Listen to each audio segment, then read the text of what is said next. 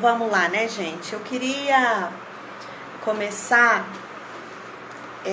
lendo uma frase que eu achei muito interessante, que eu vi esses dias aí no Facebook da vida, né? Que diz assim: o vírus mostrou que a maioria dos crentes não foram preparados para viver o evangelho, foram preparados para frequentar igreja, gente. Olha só que frase forte e real que nós temos visto nos dias de hoje, né? Tudo o que tem acontecido, todas as coisas cooperam para o bem daqueles que amam a Deus, né? E tudo isso que tem acontecido, a gente vê que tem um propósito, né? E um dos maiores propósitos que eu vi nisso é que teve uma separação do crente e do nominal, né? Aquele que é crente e aquele que tem o título de crente, mas só vai à igreja e não tem um viver íntimo na presença de Deus, né? Nós estamos aí em dias, gente, que, cara, quantos sermões que você colecionou ao longo da sua história com Cristo, né? Quantas palavras que você ouviu na igreja e guardou e não colocou em prática na sua vida? Gente, é tempo da gente pôr em prática a palavra de Deus. Muitos irmãos me procuram, eu sei que muitas igrejas estão passando por isso, falando assim: pastor, eu tô fraca porque não tá tendo culto, eu não tô conseguindo orar, eu não tô conseguindo buscar, eu tô ficando fraco. Por quê, gente? Gente, vocês foram preparados, Missão Atos, vocês foram treinados para esses dias. Vocês foram treinados para o verdadeiro evangelho. Vocês foram treinados para viver uma vida não na igreja, não viver de culto em culto, mas trazer o Senhor, a arca do Senhor, para dentro da sua casa. Vocês foram treinados para viver aquela palavra de Mateus: entra no seu quarto, fecha a porta e busque o Senhor que está com você nesses dias. Quando os nossos celeiros acabam, os celeiros dos céus estão cheios. Deus quer abastecer você espiritualmente nesses dias.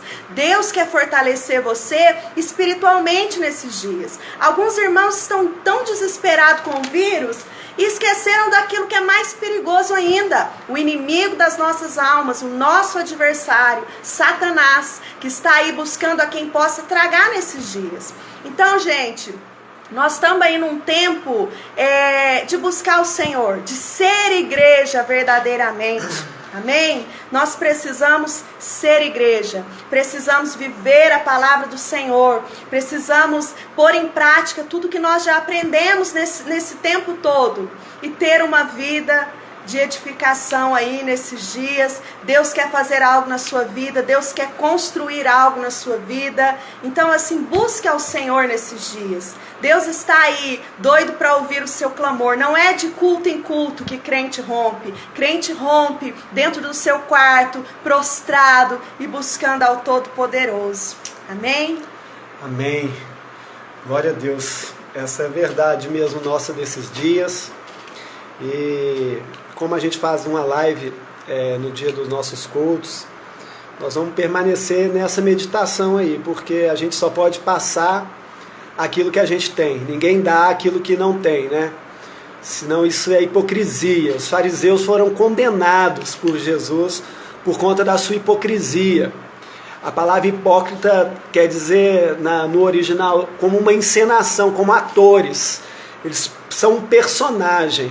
E como a pastora diz, é um tempo que esse nosso personagem religioso, ele não consegue suportar as emoções desses dias.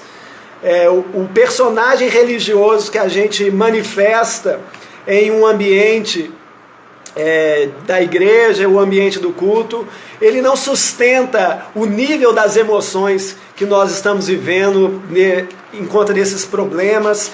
E eu queria permanecer nessa meditação com vocês hoje, de uma maneira rápida, sucinta.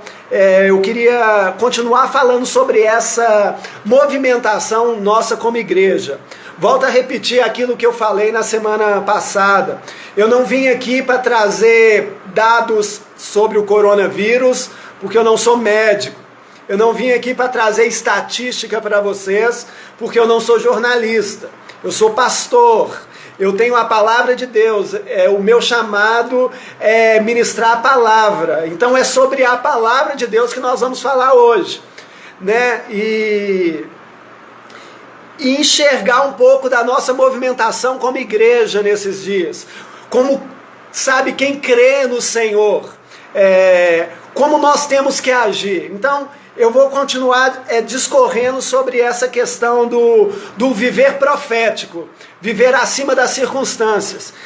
E isso pode ser um pouco difícil de entender a primeiro plano, por conta do que a pastora falou. Muitas vezes nós somos acostumados, doutrinados, até mesmo dentro da igreja, a viver em um sistema formatado, sabe, uma fé dentro de uma caixinha de sapato. Deus, ele só age dentro de um ambiente que eu mesmo pré-estabeleci como sendo a vontade de Deus. É uma geração que, por não conhecer a vontade de Deus, enxerga nuances de espiritualidade onde não tem.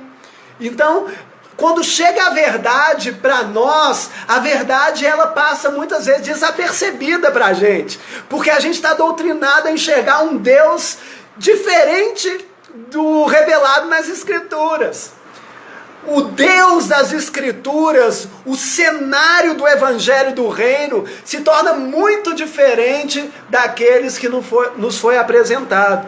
E é por isso que há tantos choques sobre nós. Então, eu queria pontuar em relação a essa nossa necessidade de entender profeticamente, de entender com os olhos espirituais o ambiente que nós estamos vivendo. Porque se a nossa fé ela não causar em nós uma resposta, ela é vã. Porque o apóstolo Tiago, ele diz que a fé sem obras ela é morta. Ou seja, a fé tem que gerar uma atitude. A minha espiritualidade tem que gerar uma atitude.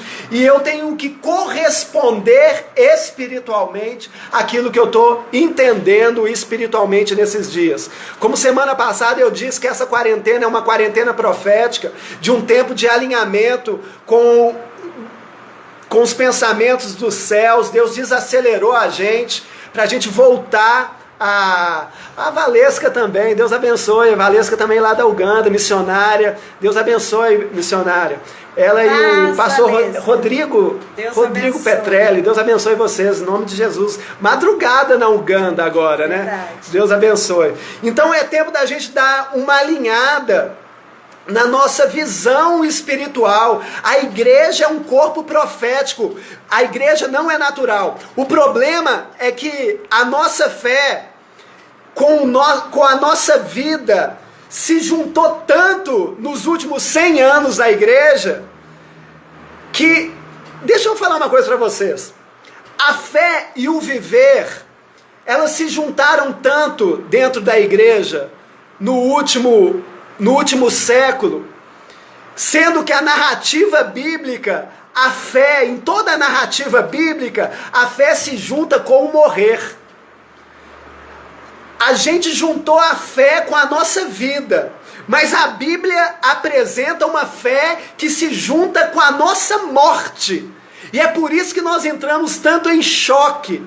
É por isso que a gente entra em tantas confusões em períodos como esse. Porque o cristão hoje não está acostumado com tribulação. O cristão hoje não está acostumado a viver por fé. O cristão hoje não está acostumado com a morte. São assuntos que viraram até tabu. Por quê? Porque eu penso que Deus está me abençoando se eu estou ganhando dinheiro. Porque eu penso que Deus só me abençoa quando todos os meus sonhos se tornam realidade. E aí a gente entra num cenário de caos.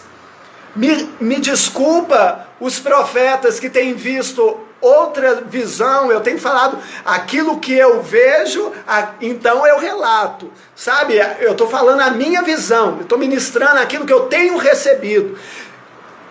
o propósito de Deus para nós, igreja, nesse tempo, é um tempo de alinhamento. Eu não estou orando para que Deus venha perdoar e não sei o que, o juízo. Eu não enxergo dessa forma, mas isso é uma visão minha. Eu enxergo como a permissão de Deus e um trabalhar dele profundo sobre a sua noiva. Então, compartilhando a palavra de Deus em Atos, no capítulo 3, se você puder abrir, Atos capítulo 3, eu vou ser, como eu disse, bem sucinto, bem resumido aí, para a gente fazer uma live aí de uns 40 minutinhos no máximo. E abra sua Bíblia em Atos 3, que eu vou te passar uma visão que eu tenho sido ministrado por Deus nesses dias. Certo dia, Pedro e João, eu falo João, né? Pedro e João estavam subindo ao templo na hora da oração, 9h ou às 3h da tarde. Estava sendo levado, olha só, presta atenção no versículo 2. Estava sendo levado para a porta do templo chamada Formosa, um aleijado de nascença, que ali era colocado todos os dias para pedir esmola para os que entravam no templo. E eu quero fazer um paralelo nessa palavra, numa temática aqui. O evangelho que nos foi apresentado é como essa família, ou esses amigos, ou essas pessoas queridas desse aleijado, que todos os dias levava ele até um determinado ponto, mas era só a porta do templo. Sabe, o evangelho light, o evangelho moderno, sabe, o evangelho que muitas vezes é ministrado dentro dessa teologia que coloca o homem no centro de tudo, né? O evangelho fast food, do drive-thru da bênção. Eu quero uma Mac bênção do Senhor, e eu passo ali, então eu faço 7 campanhas, e eu dou 7 giros, e a gente foi condicionado a esse Deus mordomo, ou seja, Deus nos serve, não sou eu que sirvo a Deus. Esse evangelho formatado, esse enlatado gospel, tem sempre levado a gente com muito carinho à porta do templo e colocado a gente lá, esperando esmola das pessoas. E a gente vive de esmolas, a gente vive da bênção, a gente vive, sabe, da próxima compra, a gente vive do próximo boleto, a gente vive só nos meus próximos namorados, a gente vive da minha próxima embriaguez, e nós vamos vivendo assim, até mesmo aqueles que creem no Senhor, nós vamos vivendo assim. Então eu vejo esse cenário aqui de Atos capítulo 3 como sendo o evangelho formatado, como sendo, sabe, esse período de tanta confusão teológica, de tanta confusão bíblica nos nossos dias, e que só leva a gente a um determinado ponto e não nos cura. Versículo de número 3, olha só, vendo que Pedro, quem estava aqui? A narrativa diz que o aleijado, vendo que Pedro e João iam entrar no pátio do templo, pediu esmolas. É muito interessante que o versículo de número 3 diz que o aleijado, né, essa igreja que é levada a um determinado nível, essa igreja que fica estagnada com os seus traumas, com seus vícios, com as suas chagas, com as suas doenças, todas armazenadas em um determinado ponto, todos os dias. Como a pastora diz, de culto em culto, nada muda, o meu casamento não se transforma, os meus filhos não mudam, sabe, a minha história financeira não muda, a minha mente não é transformada. Todos os dias eu sou levado por esse evangelho light até um determinado ponto. E aí o versículo 3 diz que ele enxergou Pedro e João entrando no pátio do templo e pediu uma esmola. É uma igreja acostumada com esmola, é uma igreja acostumada com bênção. Tudo que eu quero é uma bênção. Venham aqui para receber a bênção. Eu não posso fechar a igreja, por quê? Porque a igreja é a casa da bênção. Eu preciso de bênção. Então eles A igreja que precisa de esmola, porque não conhece de fato o Deus revelado nas Escrituras, porque não conhece de fato a glória do Cristo vivo, que não conhece o poder do Espírito Santo, uma igreja que não conhece, sabe, o mesmo poder que ressuscitou Jesus entre os mortos, habitando em mim, a minha autoridade, e por eu não conhecer a minha autoridade de igreja, eu fico esperando que o presidente, o governador e o prefeito dê uma direção para o Brasil. Cara, nós somos igreja. Eu não vou esperar a esmola do sistema, do mundo, de autoridade desse mundo. Eu espero uma palavra de direção da boca do Senhor. E nas regiões celestiais eu opero. Nas regiões celestiais eu ligo as coisas, eu desligo as coisas com uma palavra de autoridade. Quando Jesus estava de frente a Pôncio Pilatos, ele não os desrespeitou. Mas quem que era a maior autoridade? Jesus ou Pilatos? Quem era a autoridade? Jesus ou Pilatos? Quem que é a autoridade? A igreja ou o sistema? Ou o governo desse mundo? Quem diz que o presidente que vai decretar que a gente está em humilhação? Cara, que é isso? Nós não somos uma igreja que vai ficar dependendo de esmolas, esperando esmolas. Nós sabemos quem nós somos. E olha só, ele estava olhando para Pedro e João chegando naquele lugar. Mas o versículo 4 é muito contraditório. Diz que o aleijado já estava olhando para Pedro e João, mas o versículo 4 diz assim: e Pedro e João olharam para ele, então Pedro diz: olha para nós. Então cheguei no ponto da mensagem que eu queria trazer hoje para vocês. Nós estamos olhando, mas nós não estamos vendo. Uma igreja que olha, mas não vê. Nós enxergamos todo o cenário e nós estamos esperando esmolas. E aqui Pedro é como uma igreja profética. Aqui é Pedro sabendo quem ele era e o que ele tinha. Ele olhou para aquele aleijado que já estava olhando e corrigiu, quis balizar, quis ajustar a visão daquele aleijado. Cara, você está olhando, mas você não está vendo. Olha para nós. Olha para o profético, olha para aquilo que nós carregamos. E aí a Bíblia diz no versículo 5, o homem olhou para eles com atenção. A minha versão NVI diz isso. Olha só que diferença, a visão dele sendo ajustada. Pedro, antes de operar o milagre, antes de acontecer uma manifestação tremenda, sobrenatural, Pedro, ele ajusta a visão daquele que nós nessa noite, numa temática, simbolizamos como a igreja aleijada, que é levada a um determinado nível e não consegue sair dela, fica às portas da revelação, fica às portas do poder, fica às portas da transformação de vida, fica às portas da transformação de caráter, fica às portas do novo nascimento. E aí Pedro começa a ajustar. Você está me vendo, mas você não está me olhando. Presta atenção, olha para nós. E aí a Bíblia diz no versículo 5 que ele começou a olhar com atenção. Querido, olha com atenção.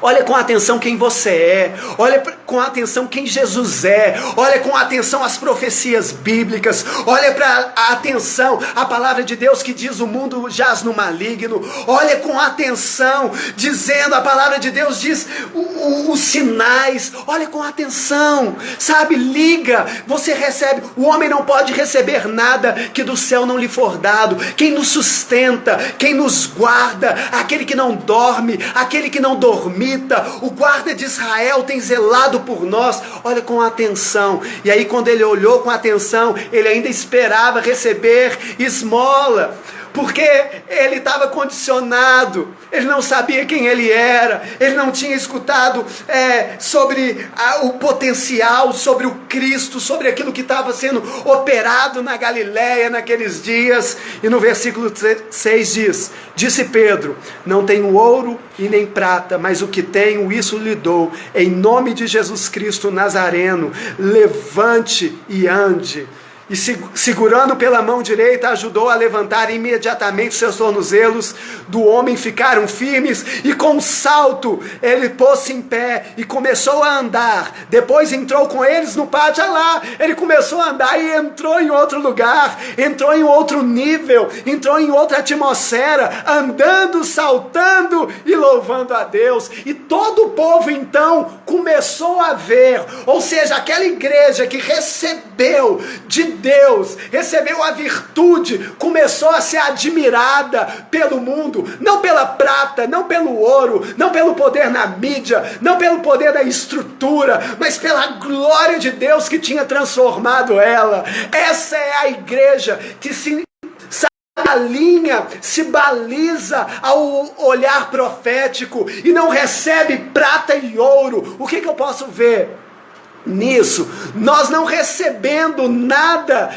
vindo dessa terra nesse tempo, mas recebendo algo do céu que transforme a nossa vida. Eu tenho dito para aqueles que caminham comigo que esse tempo é um tempo de muito caos, mas o tempo de muita revelação. Sabe, o secreto, você talvez está com as portas da sua casa fechadas, mas o secreto está com portas abertas. Existem muitas revelações, tem se levantado portas celestiais, sabe? E eu tenho entrado em outras dimensões, porque não é prata e o ouro que sustenta a igreja, não é o sistema, não é os nossos cultos que tem nos sustentado. O que nos sustenta está transbordando do céu, e eu preciso somente alinhar os meus olhos. Opa! Eu estou alinhando aqui os meus olhos, e eu estou começando a discernir, eu estou começando a compreender. Irmãos, eu queria terminar falando para vocês: quando o natural se abala,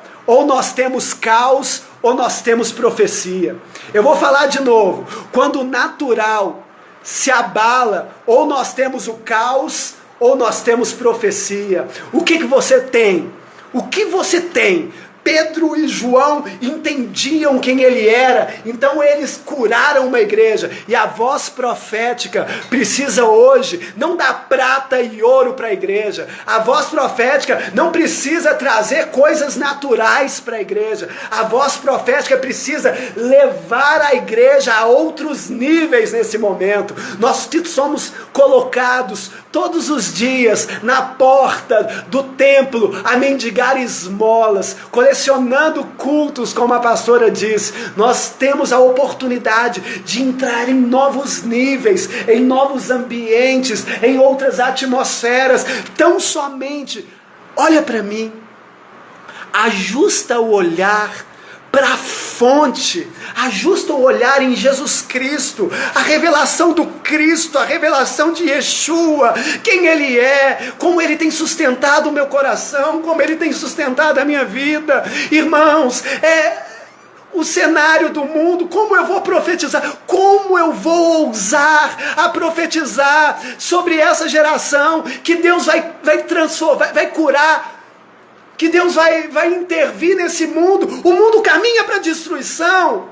Não tem uma palavra de restauração para o mundo jaz no maligno. Quem precisa ser restaurado é a igreja, quem precisa ser curado é a igreja. 2 Crônicas 7,14, se o meu povo que se chama pelo meu nome se humilhar e orar e me buscar e se converter dos seus maus caminhos, então eu ouvirei dos céus, perdoarei os seus pecados e sararei a vossa terra. Deus não é brasileiro.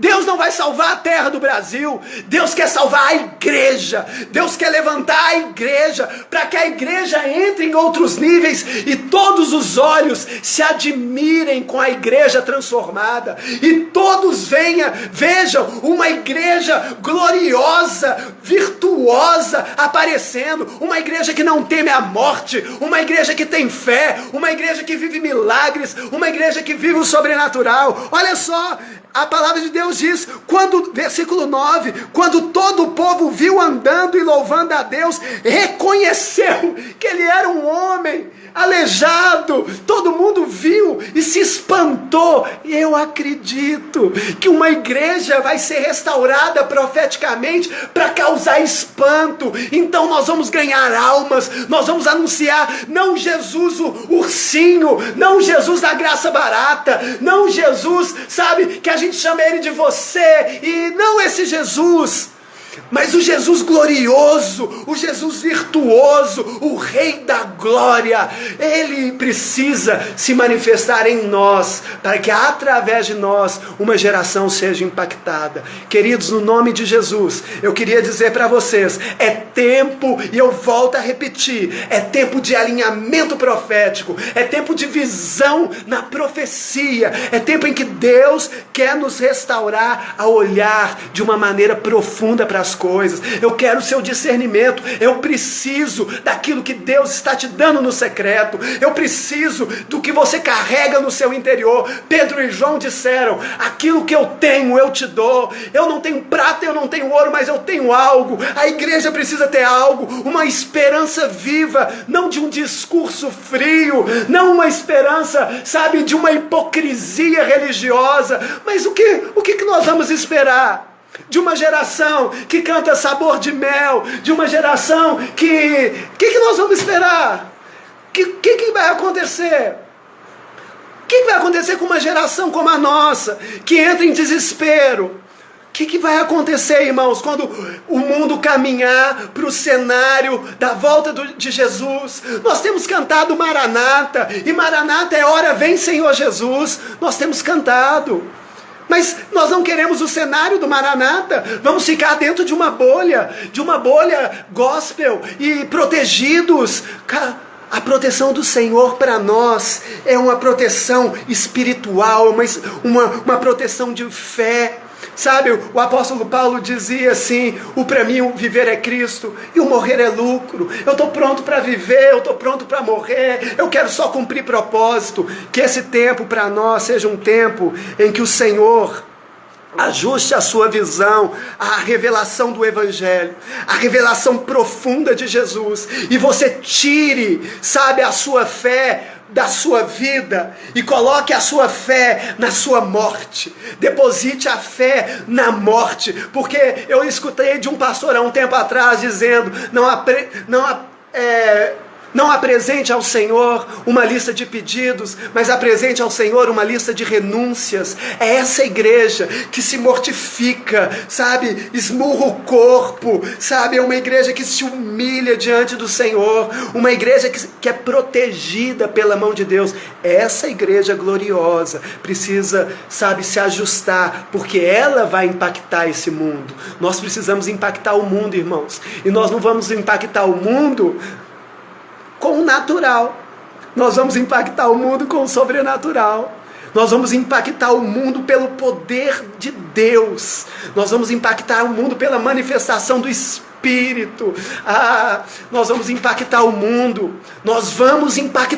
no caos, é nas trevas que a luz brilha. Então que venha caos, eu não tenho medo do caos, que venha as piores epidemias, nós estamos escondidos na sombra das asas do Senhor. E se eu morrer? Se eu morrer, eu morri. As pessoas me perguntaram, pastor, o Senhor vai continuar fazendo culto? Eu falei, não. A lei é para que a gente não faça aglomeração. É uma lei sanitária. É uma lei sanitária, eu não preciso desobedecer ela, eu estou sujeito às autoridades. Nós não vamos desobedecer ela. Agora, quando vier uma lei que afronta a minha fé, uma lei que afronta a minha manifestação de fé, aí, cara, ninguém me segura. Mas esse tempo é um tempo que Deus permitiu a gente, Ele está ajustando, Ele está pontuando aqueles que estão buscando Ele. Deus parou você para você ficar com Ele. Deus parou para você ter intimidade, não para que você se embriague com as coisas dessa terra, não que você se embriague de preocupação.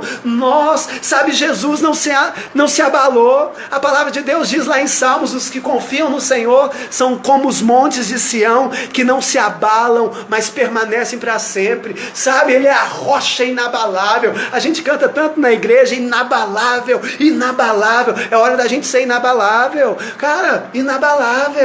A gente é inabalável. Pode passar a tempestade. A nossa casa está construída sobre a rocha. E a rocha é uma revelação profunda de Cristo. É uma revelação profunda do Senhor. Eu tenho que transbordar a virtude. Eu quero comissionar você a transbordar a virtude do Espírito Santo. Eu quero convidar você, sabe, para buscar as portas abertas no secreto da sua casa. Ter um tempo de oração, ter um tempo de entendimento, ter um tempo de leitura tão profunda, sabe? Entregar a sua vida para o Senhor. Cara, venha, eu tô aguardando o Maranata. A igreja primitiva aguardava o Senhor Jesus.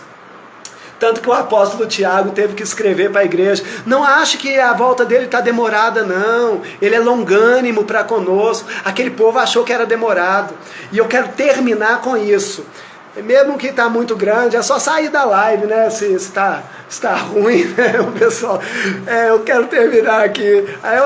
Pastor Lucas sendo Lucas, né? Eu quero terminar essa palavra dizendo algo para vocês. Deixa eu tomar o meu cafezinho aqui. Eu não preciso de mais nada. Tendo a Bíblia e café, eu vou esperar a volta do Messias. Eu quero terminar em Mateus 25, irmãos. Tenha um pouquinho mais de paciência comigo. Mateus 25, vamos terminar em Mateus 25? Não vai embora não. Olha só, que tremendo Jesus falando. Tem segredinho aqui para você. Você não pode ir embora sem essa chave não. O reino dos céus, Mateus 25. O reino dos céus será, pois, semelhante a 10 virgens. Ó, a palavra é 10 virgens. Não é 10 prostitutas não. 10 virgens. Que pegaram suas candeias e saíram, 10 virgens, 10 candeias, para encontrar com seu noivo. 5 delas eram insensatas, tolas. 5 delas prudentes. As insensatas pegaram suas candeias, mas não levaram óleo. As prudentes, porém, levaram óleo nas vasilhas, junto com suas candeias, óleo e vasilha, azeite e vasilha e candeia. Agora o versículo 5 que eu queria terminar nessa meditação. O noivo demorou a chegar, e todas ficaram com sono e adormeceram. Olha só que interessante, irmãos. E eu quero te dar uma chave profética. A Bíblia diz que as virgens eram virgens, ou seja, eram separadas. Isso aqui é o povo de Deus, irmãos. É o povo de Deus, é a igreja. Era virgem, era separada. Todas elas foram encontrar com o noivo. E todas elas, o versículo 5 diz que o noivo demorou. Você sabia que a igreja primitiva, um dos maiores desafios que a gente vê dos apóstolos, era falar que Deus não estava demorando? Porque eles esperavam Jesus ali voltar a qualquer momento. Aí passou-se 10, 20, 30, 40, 50 anos, 100 anos, 1000 anos, 2000 anos. E sabe a palavra que eu tenho para você nessa noite? O noivo demorou. A Bíblia falou que ele ia demorar. O noivo demorou. E toda a igreja ficou com sono. Cara, o sono pegou a igreja. O sono pegou a igreja.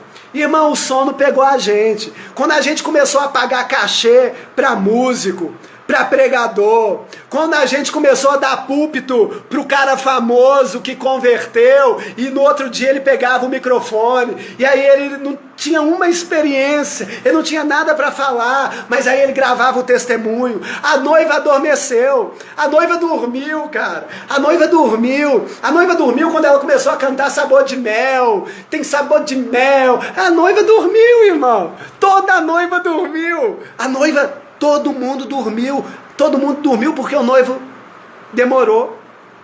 Mas olha só, à meia-noite ouviu-se um grito, o noivo se aproxima e essa é a chave.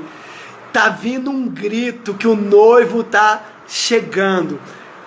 O noivo está chegando, é a mensagem profética. O noivo está chegando, a mensagem profética. E é interessante que quando veio a mensagem profética, houve uma confusão. As virgens acordaram e prepararam as suas candeias, mas aí as insensatas viram que elas não tinham óleo. E o versículo 9 diz assim: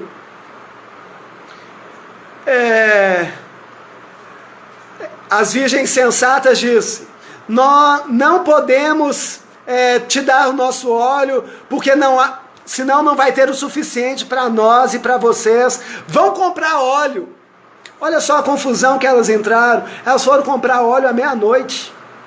Cara, a igreja vai dar uma confusão nela nesse último tempo. A igreja toda dormiu. Cara, não tem jeito de comprar óleo à meia-noite, irmãos. Ou você tem ou você não tem.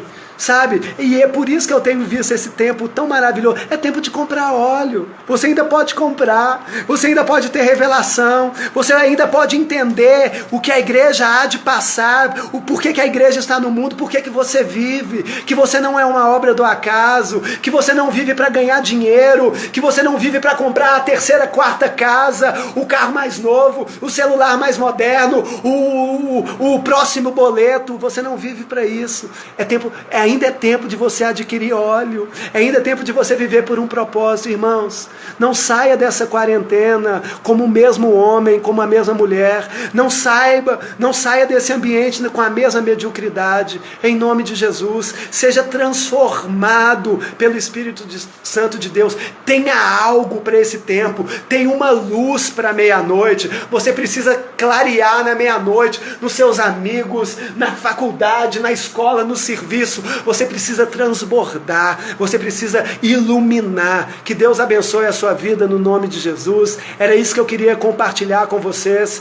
Era isso que está queimando o meu coração nesses dias. Perdoa, porque muitas vezes a gente se empolga, a gente vai muito longe e a gente não sabe a proporção disso. Mas, sabe, nós não estamos aqui com busca do mais novo like, com mais um view. Nós estamos aqui para ressoar aquilo que já tem reverberado no nosso coração. E o que tem reverberado no nosso coração, que é tempo de alinhamento, é tempo de ser igreja, é tempo de santidade, é tempo de pureza e é tempo de transbordar a virtude do Espírito Santo. Nós não somos melhores que ninguém, nós temos os nossos erros, as nossas falhas, nós lutamos contra os nossos leões, contra os nossos pecados, esmurramos o nosso corpo todo dia, para que mesmo tendo pregado o Evangelho a muitos, nós mesmos não sejamos, sabe, ineficientes, que nós não sejamos reprovados pelo Senhor. Que Deus te abençoe. Eu espero boas novas de estar junto com vocês na próxima semana. Vamos ver o que Deus tem preparado para nós. Mas domingo a gente vai estar aqui com a live. Pastora, dá mais um oi. Não sei se você que não tem a oportunidade de ser tão bem casado, que venha a esperança do Senhor sobre a sua vida. Mas aqui a pastora vai fazer uma oração por você. E, cara, se alinhe profeticamente, tá? Tô com saudade demais de vocês, sabe? E que Deus te abençoe no nome de Jesus. Amém, gente. Que Deus abençoe a sua vida. Vamos orar. Feche os seus olhos aí na sua casa. Pai, em nome de Jesus, nós te agradecemos pela sua palavra ministrada nessa noite, Pai. Pedimos a sua misericórdia, a sua compaixão, a sua graça sobre as nossas vidas nesses dias. Pai, eu oro para que cada um que está assistindo, Senhor, essa live nesse momento, seja fortalecido, revestido no poder do Teu Espírito nesses dias, Pai. Traz discernimento espiritual e sabedoria dos céus para o Seu povo, em nome de Jesus. Amém. Amém, queridos. Deus abençoe vocês. Cuidado com a confusão da pregação profética da meia-noite, mas alinhe a sua visão e seja transbordante para a glória do Senhor. Amo vocês. Deus abençoe e por hoje é só. Deus abençoe.